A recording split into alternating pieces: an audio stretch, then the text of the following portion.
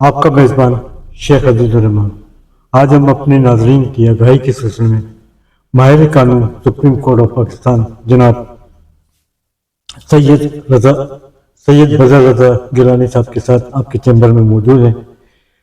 آئین قانون کیا، عدلیہ میں جج صاحبان کی خدمات پر سوالیہ نشان، انصاف کی فراہمی کے حوالے سے مقدمات التباس کا شکار ذمہ دار کون، انہی موضوعات پر بات کرنے کے لیے قائد کے پاکستان ہماری پہچان پاکستان میں آپ کو خوش آمدید کہتے ہیں۔ السلام علیکم سر۔ وعلیکم السلام جی، کیسے ہیں سر آپ؟ جی شکر اللہ کا کرم۔ سر ہمارے دیکھنے والے ناظرین کی آگاہی کے سلسلے میں آپ کا تعارف۔ جی بندہ ناچیز بدر رضا گیلانی وکالت کے شعبے سر سے۔ وکالت کے شعبے کی طرف ہم بعد میں آئیں گے، آپ کا تعلق کہاں سے؟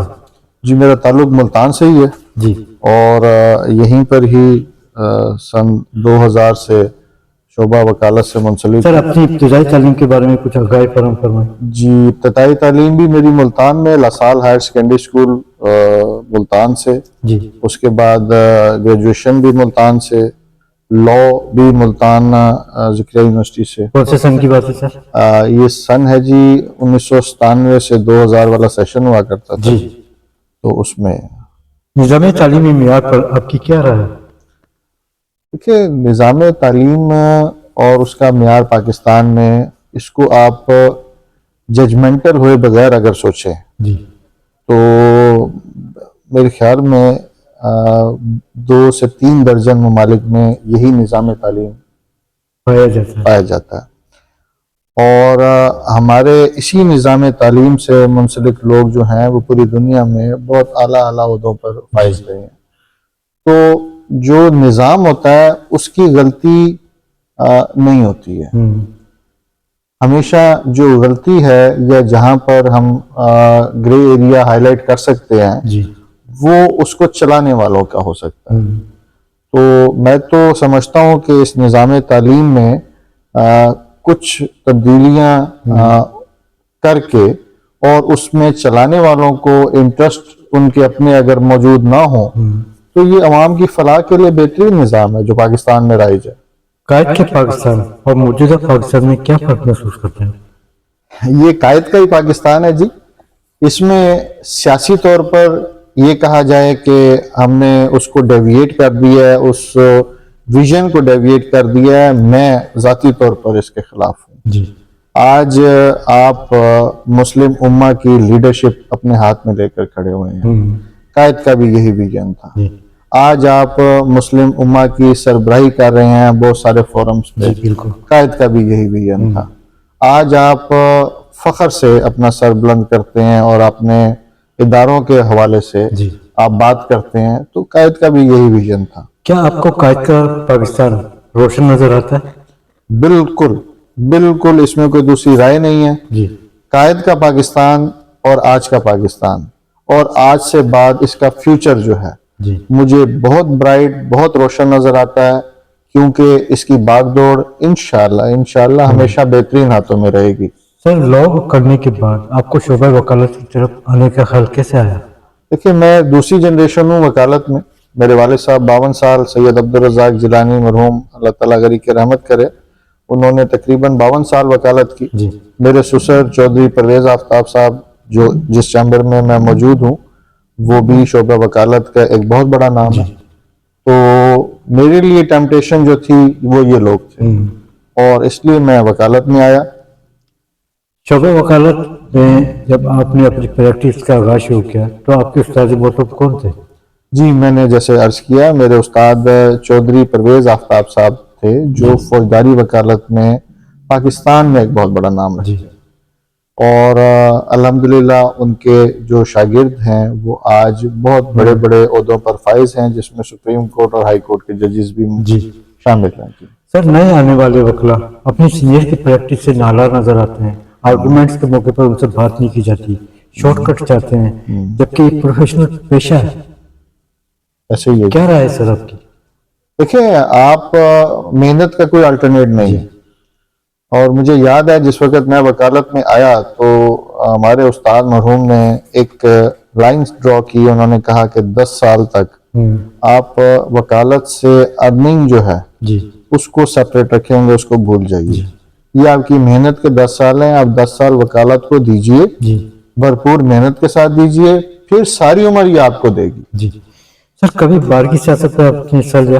ہاں جی، میں نے تقریباً 25 سال وکالت کرنے کے بعد ابھی پچھلے سال بطور ممبر پنجاب بار الیکشن لڑا جی، اور ملتان میں رنر اپ رہا، اور اس میں ایک بہت اچھا ایکسپیرینس رہا. جی یہ اور بات ہے کہ میرے چیمبر سے ہمیشہ ہر دفعہ کوئی نہ کوئی دوست بار کے کسی عہدے کے لیے الیکشن لڑتا رہا. جی اور اس وقت بھی ہائی کورٹ بار ایسوسی ایشن کے جو صدر ہیں ان کا تعلق بھی ہمارے ہی گروپ سے ہے. بالکل. تو ہمارے گروپ میں شامل کم از کم 5 دوست ہائی کورٹ بار کے صدر رہے، جی جنرل سیکرٹری رہے، ممبران پنجاب بار رہے، وائس چیئرمین پنجاب بار رہے. جی تو اس چیمبر کو یہ اعزاز حاصل ہے اور اس گروپ کو یہ اعزاز حاصل ہے. کیا آپ کسی پولیٹیکل پارٹی کا بھی حصہ ہے؟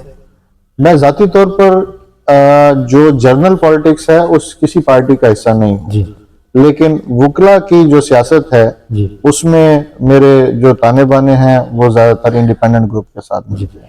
سر آپ ایک پروفیشنل وکیل ہیں، آج کل وکلا کے چند اور بڑے مسائل کون سے ہیں؟ دیکھیں، وکلا کے جو اس وقت مسائل ہیں جو میں سمجھتا ہوں وہ ینگ وکیل، جی کیونکہ ان کی تعداد اب بہت بڑھ گئی ہے، جی ان کے لیے چیمبرز، ان کے لیے پلیس آف بزنس جو ہے وہ ان کی ریچ سے باہر ہے، بہت کاسٹلی ہو گیا، بہت مہنگا ہو گیا، اور اس کا ادراک جو ہے وہ جو ارباب اختیار ہیں ان کو بھی ہے. جی اور اس کے لیے شاید بہت ساری کوششیں پہلے بھی ہوئی ہیں، اب بھی ہو رہی ہیں. جو دوسرا ان کا بڑا مسئلہ ہے وہ ان کی پراپر ریپریزنٹیشن نہ ہونا، کہ جو عہدے ان کے لیے مختص کیے گئے ہیں یا جن کو کنسیڈر کیا جاتا ہے کہ یہ عہدے جو ہیں اس میں ینگ وکلا ہوں گے، تو وہ ان کی ریچ سے وہ بھی دور ہیں. تیسرے نمبر پر ان کے وکالت کے جو ریلیٹڈ میٹرز ہیں جس کو الٹیمیٹلی ہم کہتے ہیں کہ وکالت سے انہوں نے اپنا گھر چلانا ہے، اس میں ان کو مشکلات آتی ہیں. تو ان کے لیے بار ایسوسی ایشنز اور بار کاؤنسلز جو ہیں ان کو ابھی مزید بہت سارا کچھ کرنے کی ضرورت ہے. سر وکلا کی ویلفیئر اور فقدان کہاں پایا جاتا ہے اور حل کیا؟ دیکھیں، ینگ وکیل کے لیے ایک وظیفہ ہونا چاہیے، جی اور یہ میں انالوجی جو لے رہا ہوں یہ میں برٹش بار سے لے رہا ہوں کہ وہاں پر جب آپ انرول ہوتے ہیں تو آپ کو ایک بیسک جو آپ کا بریڈ اینڈ بٹر ہے وہ انشور کر دیا جاتا ہے.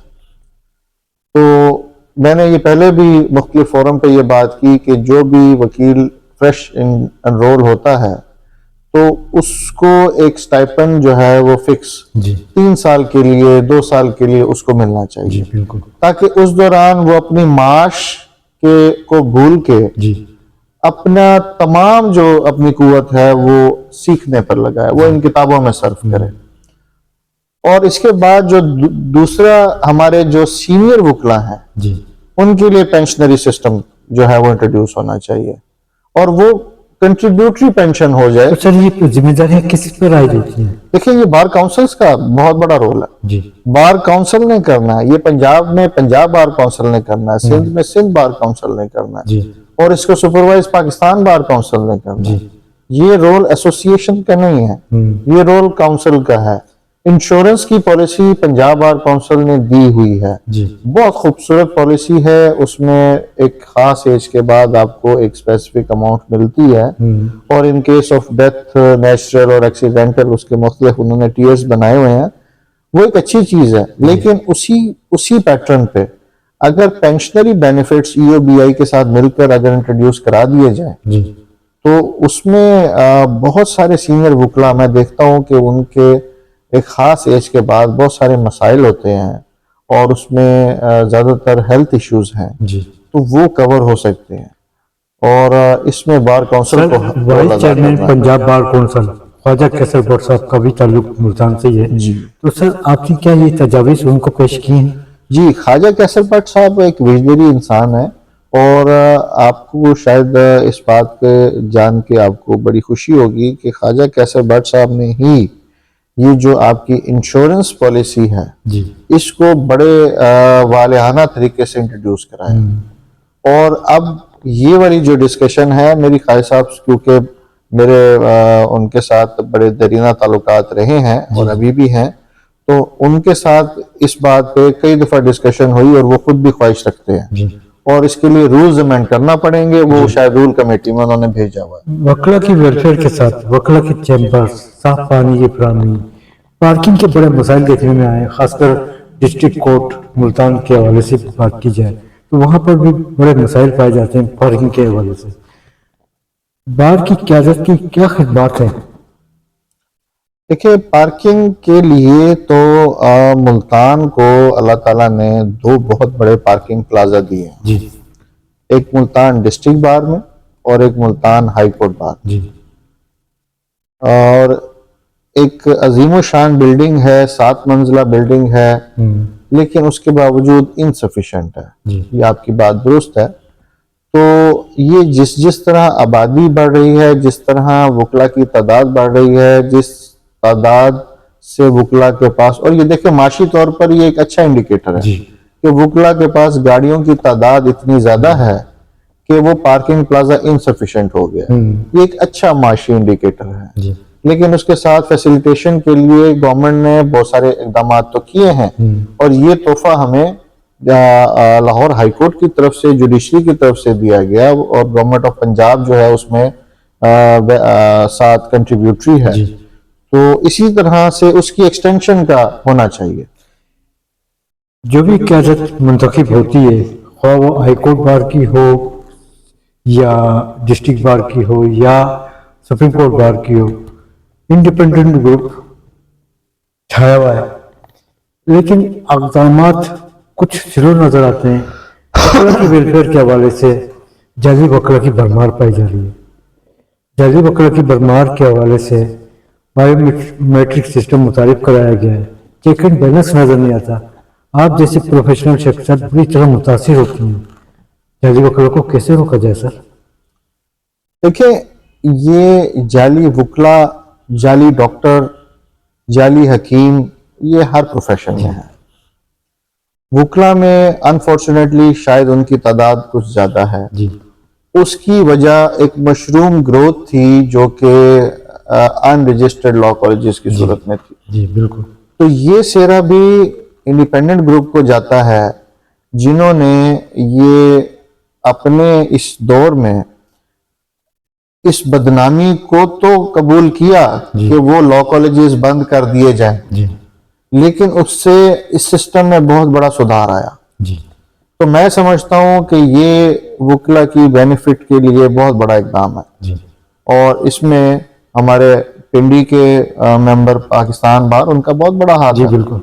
تو اسی لیے اگر آپ یہ کہیں کہ انڈیپینڈنٹ گروپ وکلا پہ چھایا ہوا ہے تو وہ چھائے ہونے کی وجہ ہے کہ ان کی خدمات ہیں, اور انہوں نے وہ خدمات جو ہیں وہ چاہے سپریم کورٹ کی کالونی کی صورت میں ہو, چاہے وہ لا کالجز کی مشروم گروتھ کے بارے میں ہو, چاہے وہ اسی طرح کے تمام بار ایسوسیشنز کے لیے ہر سال گریجولی فنڈ ایشو کروانا ہو, وکلا کی بینیفٹ کے لیے کہیں آواز بلند کرنی ہو, اسی کے ریوارڈ میں آج عام وکیل جس کا پولیٹکس سے تعلق نہیں ہے وہ آپ کو ووٹ دیتا ہے.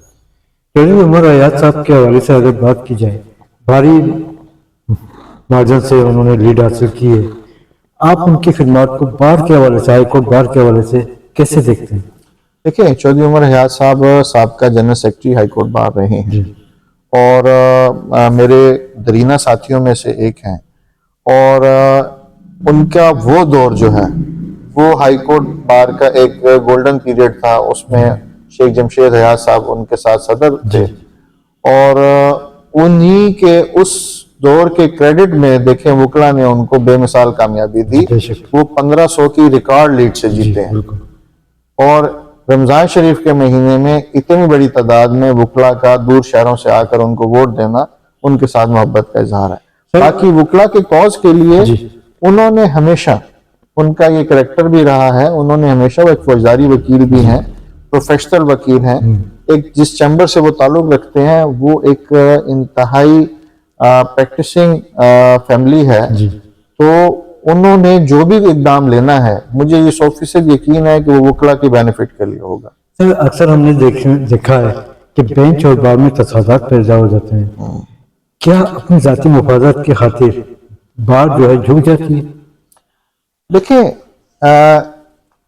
کسی بھی کنفلکٹ کو جی حل کرنے کے لیے چائنیز مقولہ ہے ایک قدم پیچھے دو قدم آگے۔ تو کسی بھی کنفلکٹ کو حل کرنے کے لیے جب آپ اقدام کرتے ہیں تو اس کو جھکنا نہیں کہا جاتا۔ جی آپ نے اپنے عزت نفس کو مینٹین رکھنا ہے، آپ نے بار کے عزت کو بھی مقدوم جاننا ہے اور آپ نے بینچ کی عزت کو بھی مینٹین کرنا ہے۔ اس میں کسی کا بھی کسی اصولی فیصلے پر پہنچنا، جی جھکنا کبھی بھی نہیں ہوتا، اور یہ آپس میں ان کا ہمیشہ تعلق بہت ہی شیر و شکر رہا ہے، اور جو عقل مند قیادت ہے، جو جہاں دیدہ قیادت ہے، وہ کبھی کنفلکٹ ہونے ہی نہیں دیتی۔ سر افواہیں گردش کر رہی ہیں کہ نچلی سطح کی عدالتوں میں کرپشن پائی جا رہی ہے، یہ کیا درست ہے؟ دیکھیں یہ آپ کرپشن کا جو لفظ ہے اس کو صرف عدلیہ یا عدالتی پروسیس سے منسوب نہیں کر سکتے۔ یہ اوورآل ایک ہمارا قومی المیہ ہے اور اس سے آنکھیں بند نہیں کی جا سکتی، اور میرا یہ اس میں ایسا کہہ دینا کہ جی کرپشن نہیں ہے تو شاید میں غلط ہوں گا۔ ہاں یہ ضرور ہے کہ جیسے پنجاب بار کونسل کی اینٹی کرپشن کمیٹی ہے، وہ آپریٹو ہے، وہ نشاندہی کرتی ہے۔ آپ یہ دیکھیے کہ کرپشن کے چارجز پر بہت سارے لوگوں کو چارج شیٹ کر کے اپنے عہدوں سے ہٹایا گیا ہے، اور وہ بھی اسی دور میں ہوا۔ سر ہائی کورٹ میں تقریباً 26 لاکھ سے زائد مقدمات التوا کا شکار ہیں۔ جی سپریم کورٹ آف پاکستان میں تقریباً 65,000 سے زائد مقدمات التوا کا شکار ہو رہے ہیں۔ آپ کے تجربات کی روشنی میں نئے اور پرانے مقدمات کیسے نپٹائے جائیں؟ صرف ایک ہی حل ہے، تعداد بڑھائی جائے۔ 1973 کے آئین میں 100 ججز کی پروویژن تھی پنجاب میں، ابھی 35 ہے۔ ابھی اس وقت جو ہیں وہ 60 ججز ہیں، جی تو وہ تعداد، اور 60 میں سے بھی تقریباً 28 کی جگہ خالی ہے۔ جی تو اتنی بڑی تعداد جو ہے نہ ہونا وہ کیسز کے التوا کا بنتی ہے۔ آپ تعداد بڑھا دیں ججز کی، یا ایٹ لیسٹ سینکشن تعداد پوری کر دیجئے، تو یہ زیر التوا جو مقدمات ہوں گے یہ انشاءاللہ۔ سر انصاف کی فراہمی کے حوالے سے رکاوٹیں کہاں پیش آ جاتی ہیں جس کی وجہ سے مقدمات التوا کا شکار ہو جاتے ہیں؟ دیکھیں انصاف کی فراہمی میں کوئی بھی رکاوٹ عدالتی ہمارے سسٹم میں موجود نہیں ہے۔ جی یہ ایک انتہائی ٹربل شوٹنگ کر کے بالکل سموتھ سسٹم بن چکا ہے۔ جی ہاں یہ ضرور ہے کہ تعداد کے زیادہ ہونے کی وجہ سے، اب اس وقت میں آپ کو مثال دوں جی کہ سزائے موت کی اپیلیں جو 2024 میں فیصلے ہوئے تھے سیشن جج صاحبان نے جن کو ڈیتھ سینٹنس کیا تھا، وہ اب ان کی باری ملتان بینچ میں اب آ رہی ہے۔ جی تو 2 سال پرانے کیسز جو ہیں وہ اس وقت چل رہے ہیں۔ جی ایک وقت تھا جب یہ ڈیفرنس جو تھا یہ 7 سال پہ تھا۔ جی عدلیہ نے اپنی شب و روز محنت کر کے اس ڈیفرنس کو اب 2 سال پہ لے آئے ہیں، جی اور وہ وقت دور نہیں جس وقت یہ ہوگا کہ جس سال کی اپیل ہوگی وہ اسی سال میں اسی مہینے میں ڈیسائیڈ ہو جائے گی۔ سر ابھی آپ نے 2 سال کا ذکر کیا، ایک فیصلہ سامنے آیا ہے chief justice Lahore high court عالیہ نیلم صاحبہ کی طرف سے کہ دیوانی مقدمات، سول مقدمات، فیملی مقدمات 90 دن کے اندر نپٹائے جائیں، لیکن اس پر عمل درآمد نظر نہیں آ رہا۔ دیکھیں جہاں پر یہ پرپوزیشن ہے کہ جسٹس ڈیلیڈ جسٹس ڈینائیڈ، جی کہ دیر جو ہے وہ انصاف کی فراہمی کا قتل ہوتا ہے، وہیں پر ایک اور مقولہ ہے کہ جسٹس ہریڈ جسٹس بریڈ، کہ جلد بازی میں کسی کا نقصان نہ ہو جائے۔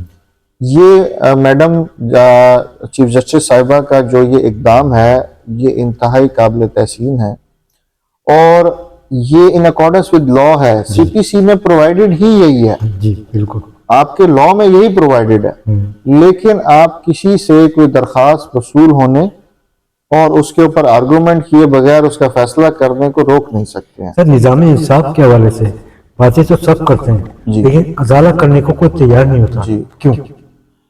دیکھیے ازالہ کرنے کے لیے بہت ساری ایفرٹس کی گئی ہیں جی اور ہم ان لوگوں کو آج خراج تحسین نہ دیں تو یہ بری بات ہوگی. بہت سارے ایسے بھی فیصلہ جات جو کہ ہائر جوڈیشری نے کیے اس سے اس نظام عدل میں بہتری بھی آئی. جی اور میں سمجھتا ہوں سول ڈسپیوٹ میں زیادہ تر جو میرے نزدیک ایک بہترین حل ہے وہ ADR ہے، الٹرنیٹ ڈسپیوٹ ریزولوشن.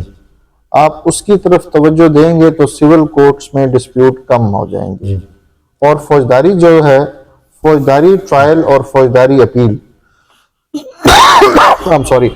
فوجداری ٹرائل اور فوجداری اپیل جو ہے اس کے لیے اسپیشلائز بینچز بنا دیے جائیں تو وہ بہت کم ٹائم میں نپٹائے جا سکتے 27ویں آئینی ترمیم جی. آئینی عدالتیں قائم کی گئی ہیں. آپ کیا سمجھتے ہیں کہ سپریم کورٹ آف پاکستان کے جج صاحبان بخوبی خدمات انجام نہیں دے پا رہے ہیں جس کی وجہ سے آئینی عدالتیں قائم کی گئی ہیں؟ نہیں، دیکھیں ایسا بالکل بھی نہیں ہے. یہ ایک انتہائی غلط پرسپیکٹو ہے کہ وہ کام نہیں کر سک رہے تھے. آئینی عدالتیں جو قائم کی گئیں اس کے پیچھے وزڈم یہ ہے کہ جو عام آدمی کا کیس التوا میں رہتا تھا اور عدالتیں اوور برڈن رہتی تھیں اس طرح کے کیسز سننے میں، جی اب وہ یہ نہیں ہوگا. اب وہ التواس میں نہیں جائیں گی وہ عام کیسز جو ہیں.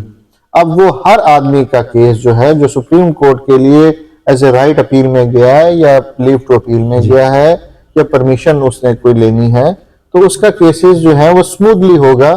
اور اس طرح کے کیسز کے لیے ایک الٹرنیٹ کورٹ بنا دی گئی ہے. اور یہ جو موڈیول ہے یہ صرف پاکستان میں نہیں ہے، یہ پوری دنیا میں، امریکہ جیسے ملک میں بھی یہ سسٹم موجود ہے. تو آپ نے جو یہ کیا کہ عام جو آپ کی سپریم کورٹ ہے جس کو عدالت عظمیٰ کہتے ہیں اس کو اس کا کام کرنے دیا کہ آپ وہ کام کرے گی اور کانسٹیٹیوشنل میٹرز کو کانسٹیٹیوشنل کورٹس دیکھیں گی. آپ نے صرف یہ کیا. جسٹس طارق محمود جہانگیر کا کیس جی جعلی ڈگری سامنے آئی ہے. آپ کیا سمجھتے ہیں کہ انہیں جو نوٹیفائی کیا گیا اسلام آباد کے چیف جسٹس میں یہ ان کی ذمہ داریاں تھیں یا سپریم جوڈیشل کمیشن کا کام ہے؟ دیکھیے انہوں نے اس کو کانسٹیٹیوشنل پٹیشن میں ڈیل کیا جی اور میں سمجھتا ہوں کہ اس کا فیصلہ جی جو بھی سب جوڈس ہے کسی بھی عدالت میں اس کا فیصلہ میں یا ہم بیٹھ کے نہیں کر سکتے. جو عدالت اس کو الٹیمیٹلی ڈیسائیڈ کرے گی وہی سپریم لا ہوگا. اور یہ میٹر کیونکہ اس وقت سب جوڈس ہے اور اس پہ فیئر کمنٹ بھی ایک محدود حد تک کیا جا سکتا ہے. اور فیئر کمنٹ یہ ہے کہ عدالت جو بھی فیصلہ کرے گی وہی آئندہ کے لیے مشعل راہ ہوگا اور ہم سب اس کے پابند ہوں گے. ملک میں بڑی بیماری پھیلتی جا رہی ہے، سائبر کرائم. جی سائبر کرائم کیا ہے، حکومت وقت کی کیا خدمات ہیں اور FIA کا کیا کردار ہے؟ دیکھیں سائبر کرائم ہمارے اس سسٹم میں نا اس کو سمجھتے تھوڑی سی دیر ہو گئی. ہمیں بہت سارے ممالک جو ہیں اس کے اوپر جب انیکٹمنٹس اور اپنا لا بنا چکے تھے ہم اس میں ان کو فالو کرتے ہوئے ہم بڑے دیر سے اس میں آئے.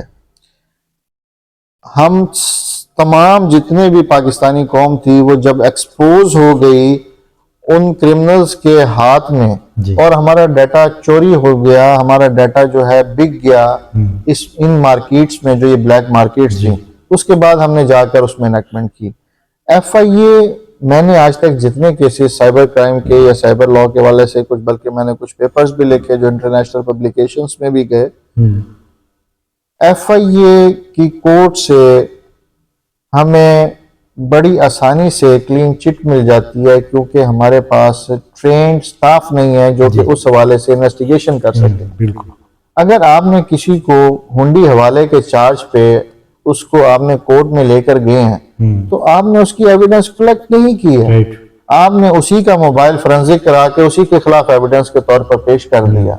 آپ انڈیپینڈنٹ ایویڈنس نہیں لے کے آئے، آپ نے انٹرنیشنل ٹرانزیکشنز کو نہیں پکڑا، آپ نے لیئرنگ کو آج تک سمجھا نہیں.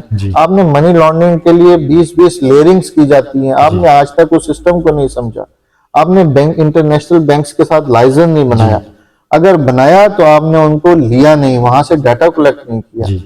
آپ کسی ایک کیس میں اگر یہ تمام چین لنک کر دیں جی تو کوئی اس میں ہمارا مانے نہیں کہ آپ کی جو کورٹس ہیں، جو FIA کورٹس ہیں، وہ ایسے کیسز میں سزا نہ تو کریں۔ سر آپ کیا سمجھتے ہیں کہ FIA کو فعال بنانے کی ضرورت ہے؟ FIA فعال ہے، لیکن انویسٹیگیٹنگ آفیسرز کی ٹریننگ کی ضرورت ہے۔ رائٹ. ان کی ٹریننگ ان سٹینڈرڈز پہ ہونی چاہیے تاکہ وہ آفینس کو پروف کروانے کے لیے ایویڈنس کلیکٹ کر سکے۔ سر سائبر کرائم کے حوالے سے 2016 میں ایک آئین پیش کیا گیا جو کہ ابھی تک اس پر عمل درآمد شروع نہیں ہو سکا، کیوں؟ دیکھیے اس وقت ہمارے ہاں جو پیکا ہے، جی ہمارے پاس فیرا ہے، ہمارے پاس آملہ ہے، یہ ہمارے 3 قوانین جو ہیں اس وقت بڑے فعال طریقے سے چل رہے ہیں۔ جو رولز امینڈ کرنے کے لیے ہماری لیجسلیٹو اسمبلیز میں پیش کیے گئے بل، تو اس کا مسودہ جو ہے ان قوانین کے ساتھ ساتھ ہی چل رہا ہے، پیرلل چل رہا ہے۔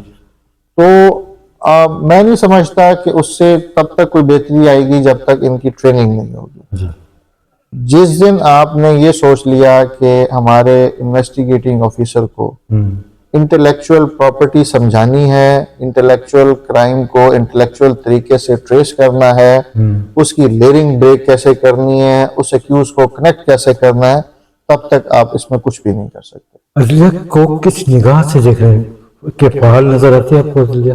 بالکل، عدلیہ بالکل فعال ہے، عدلیہ اپنا کام کر رہی ہے۔ ہاں، اس میں مزید تعداد بڑھے گی، جی نئے برین سامنے آئیں گے، فریش لوگ سامنے آئیں گے، وہ اپنا کام مزید فعال طریقے سے کریں گے۔ سر آپ ایک پروفیشنل وکیل کے ساتھ ایک عام شہری بھی ہیں، ملتان کے عام شہریوں کی اصل مسائل کیا ہے؟ دیکھیں، ملتان میں ہمارے جو ٹریفک کا مسئلہ جی وہ کسی بھی میٹروپولیٹن سٹی کے مسئلے کے ساتھ ساتھ چل رہا ہے۔ جی اس کے علاوہ یہاں پر جو سیوریج ہے جی وہ ہمارے ملتان کے بہت سارے علاقوں میں مقدوم ہو چکی ہے، تو اس کے لیے فنڈز جی ابھی ریسنٹلی مجھے پتہ لگا کہ کچھ فنڈز ایلوکیٹ ہوئے ہیں، جی تو یہ بڑا خوش آئین ہے۔ جی گورنمنٹ آف پنجاب جو ہے، میں یہ دیکھ رہا ہوں کچھ عرصے سے بڑے ریجنری فیصلے کر رہی بالکل ہے، اور ان فیصلوں کا امپیکٹ آتے آتے وقت لگتا ہے۔ بے شک۔ وہ امپیکٹ اب نظر آنے شروع ہو گئے ہیں۔ میرے گھر کے باہر اب مجھے کچرا نظر نہیں آتا، جی مجھے میرے گھر سے دفتر تک کی سڑک بہترین ملتی ہے، بالکل مجھے وہاں پر 3 ٹریفک اگر چوک ہیں تو وہاں پر مجھے ٹریفک کی پابندی ملتی ہے، جی ٹریفک رولز کی پابندی نظر آ رہی ہے، موٹر سائیکل پہ جو ہے اس نے ہیلمٹ پہنا ہوا ہے۔ سر ملتان میں کرائم و جرائم کی وارداتوں کے حوالے سے آپ کی کیا رائے ہے؟ سر بہت حد تک کنٹرول ہو گیا ہے۔ آپ کا جو CCD ڈپارٹمنٹ ہے، جی اس کی شب و روز محنت جو ہے وہ رنگ لائی ہے۔ جی آپ کے ویگا بانڈز جو ہیں، جی جی یا انہوں نے اس کام کو چھوڑ دیا یا اس دنیا کو چھوڑ دیا۔ سر کشمیر میں بات کرتے ہیں۔ 27 اکتوبر 1947 جی کشمیر کا یوم سیادی، کشمیری عوام اپنے حقوق سے محروم، آزادی کے منتظر ہیں۔ جی آپ کے تجربات کی روشنی میں مسئلہ کشمیر کا حل کیا ہے؟ دیکھیے، بہت کمپلیکس کوشچن ہے۔ ہم لیگلی اس پہ بات کر سکتے ہیں، جی اور اس میں ہماری کیونکہ قیادت جو ہے، جو ہماری لیڈرشپ ہے، اس کا ایک ویژن ہے، جی وہ اس ویژن کے مطابق اس کے حل کے لیے ہمیشہ سے کوشش کر رہے جی ہیں۔ لیگلی بھی آزاد کشمیر نہیں، مقبوضہ کشمیر بھی آپ کا حصہ ہے، جی گلگت بلتستان ہمیشہ سے آپ کا حصہ رہے ہیں۔ اس کے علاوہ ہر وہ ایریا جو کہ ایٹ دا ٹائم 1947 اور پھر 1954 میں جی جو پاکستان کے ساتھ الحاق کر گیا اور اس کے بعد بھی، تو وہ پاکستان کا حصہ ہے، جی اور اس کو اب حل ہونا ہے یونائٹڈ نیشنز کی قرارداد کے مطابق۔ سر 78 سالہ دور کشمیر کا بے تحاشا قربانیاں، جانوں کا نذرانہ، جی سفارتی تعلقات نظر نہیں آتے، اقوام متحدہ خاموش تماشائی بنی ہوئی ہے، حل کیا ہے؟ دیکھیں، اقوام متحدہ یا یونائٹڈ نیشنز جو ہے وہ اپنے ان ریزولوشنز کو خود ایگزیکیوٹ کرواتی ہے۔ پاکستان نے بطور ممبر ملک ہر فورم پہ اس کو ایجیٹیٹ کیا ہے، اور یہ ہٹ درمی ہے بھارت کی کہ وہ چاہتا ہے اس ایشو کو لائیو رکھنا، جی ہمارے اوپر ایک انڈیو پریشر رکھنا وہ چاہتا ہے، اور انشاءاللہ وہ دن دور نہیں جب یہ مسئلہ حل ہو جائے گا۔ سر، ہندوستان کا اندھا قانون، کشمیری لیڈر یاسین ملک زندگی اور موت کی کشمکش میں جیل میں قید ہیں۔ مشال ملک صاحبہ انصاف کی فراہمی کے حوالے سے در بدر کے دروازے کھٹکھٹا رہے ہیں، آپ کیا سمجھتے ہیں کہ یاسین ملک کو کوئی انصاف مل پائے؟ دیکھیں،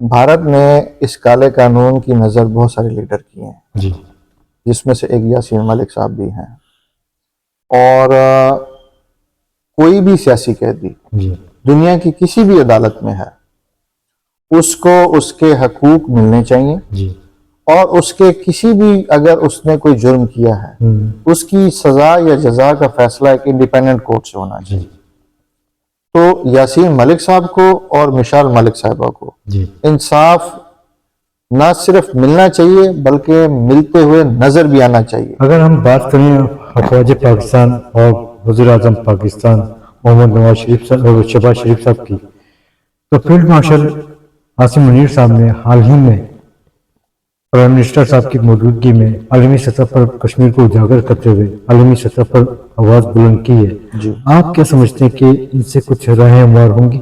دیکھیں، میں نے ابھی تھوڑی دیر پہلے عرض کیا، میں نے نام لیے بغیر، کہ ہماری جو قیادت ہے وہ ویژنری فیصلے کر رہی بے ہے، شک۔ اور اس میں میرے جو ذہن میں یا میرے بات آپ نے میرے منہ سے لے لی کہ یہ ویژنری فیصلے یہی لوگ کر رہے ہیں، ہماری قیادت تو اس وقت انہی کے ہاتھ میں ہے۔ بالکل۔ تو میں نے یہ بھی عرض کیا کہ مجھے بہت امید ہے کہ یہ عنقریب انشاءاللہ یہ فیصلہ ہو جائے گا، جی اور کشمیر کا ایشو حل ہوتا ہوا نظر آ رہا ہے، جی، اور وہ ایک ویژنری قیادت جو ہے وہ کروا سکتی ہے، اور یعنی آپ پر امید ہے؟ میں پر امید ہوں۔ سر، کشمیر نیوز چینل کی سالگرہ جسٹس عباد الرحمان لودھی صاحب کی سربراہی میں باغ جناح لاہور میں منعقد ہو رہی ہے، جس کے مہمان خصوصی پیر مسعود چشتی صاحب vice chairman Pakistan bar council ہیں۔ اس حوالے سے آپ کشمیری عوام کو کیا پیغام دینا چاہیں گے؟ دیکھیں جی، کشمیر جیسے کہا گیا کہ کشمیر پاکستان کی شاہ رگ ہے، کشمیر پاکستان کا اٹوٹ انگ ہے، میں کشمیری عوام کے لیے کوئی خاص پیغام یہی ہے کہ میرا خون اور کشمیری مسلمان کا خون ایک ہی ہے۔ جی، مجھے اگر کوئی تکلیف ہوتی ہے تو وہ کشمیر تک محسوس ہوگی، اور کشمیر میں اگر کوئی تکلیف ہوتی ہے وہ مجھے کیا محسوس بات ہے سر آپ کی، تو یہ تکلیف جو ہے ہم نے شیئر کی ہوئی ہے، ہم کریں گے اور کرتے رہیں گے۔ انشاءاللہ۔ بہت شکریہ سر آپ کو وقت دینے کا، بڑی نوازش۔ بہت